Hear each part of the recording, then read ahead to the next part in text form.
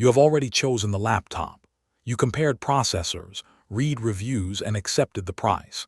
Then one question appears between you and the receipt: protect it for 3 years. Suddenly, saying no feels like betting the entire purchase against one spilled drink. That feeling is the product. The store may sell the laptop once, but the protection plan turns a few seconds of uncertainty into a second transaction. This is why extended warranties appear beside phones, televisions, appliances, headphones, cars, and even furniture. The offer arrives when the new purchase feels most valuable and most fragile. But to understand why sellers ask so consistently, ignore the broken device for a moment. Follow the money behind the promise. First, the name can hide an important distinction. A manufacturer warranty normally comes with the product.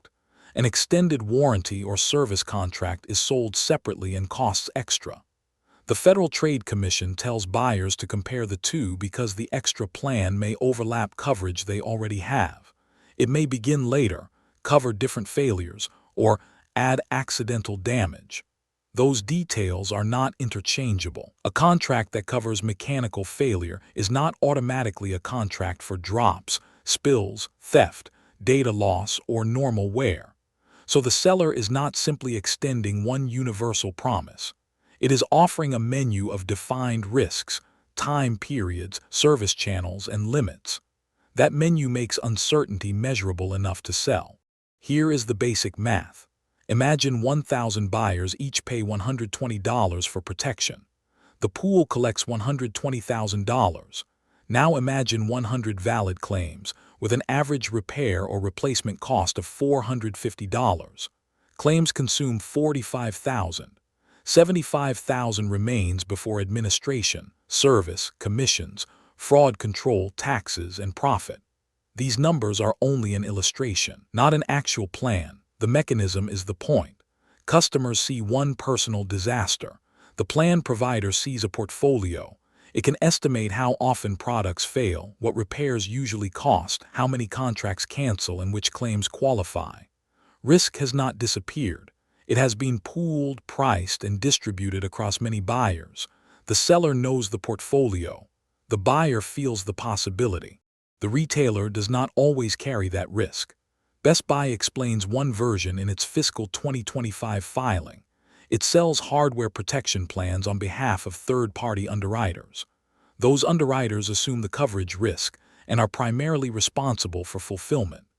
Best Buy records a net commission and may also receive profit sharing when the protection plan portfolio performs well.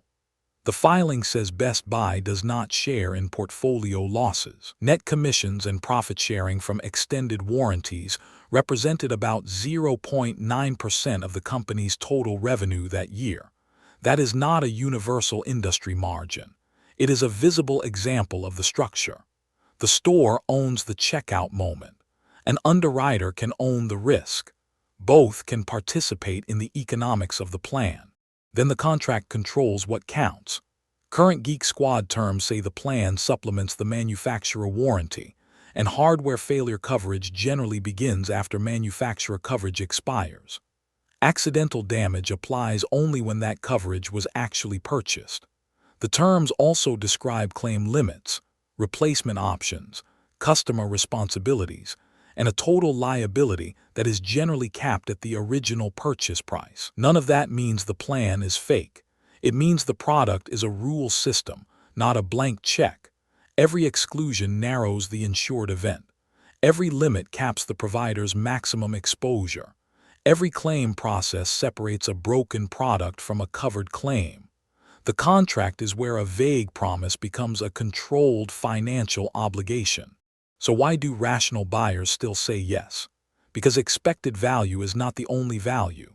A small, certain payment can feel preferable to a large, unpredictable repair. If replacing a device would wreck your monthly budget, transferring that risk may be useful even when the average buyer receives less in claims than the plan costs. Convenience can matter too.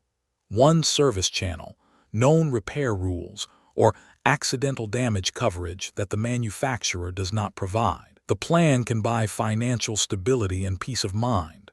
But the checkout is a difficult place to calculate that value. You are tired, the product is already yours emotionally, and the possible loss has just been made vivid. Certainty is easiest to sell when anxiety is fresh. Before saying yes, ask 5 questions. 1. What coverage already comes with the product? 2. Does the extra plan cover the failure you actually fear, including accidental damage if that matters? 3.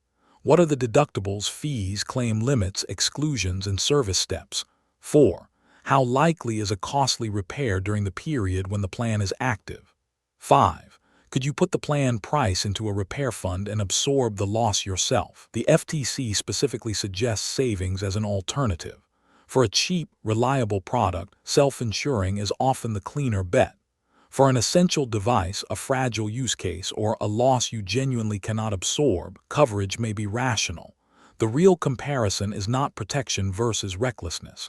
It is contract value versus your own capacity to carry risk. That is the business beneath the checkout question. Next, why free shipping is never free.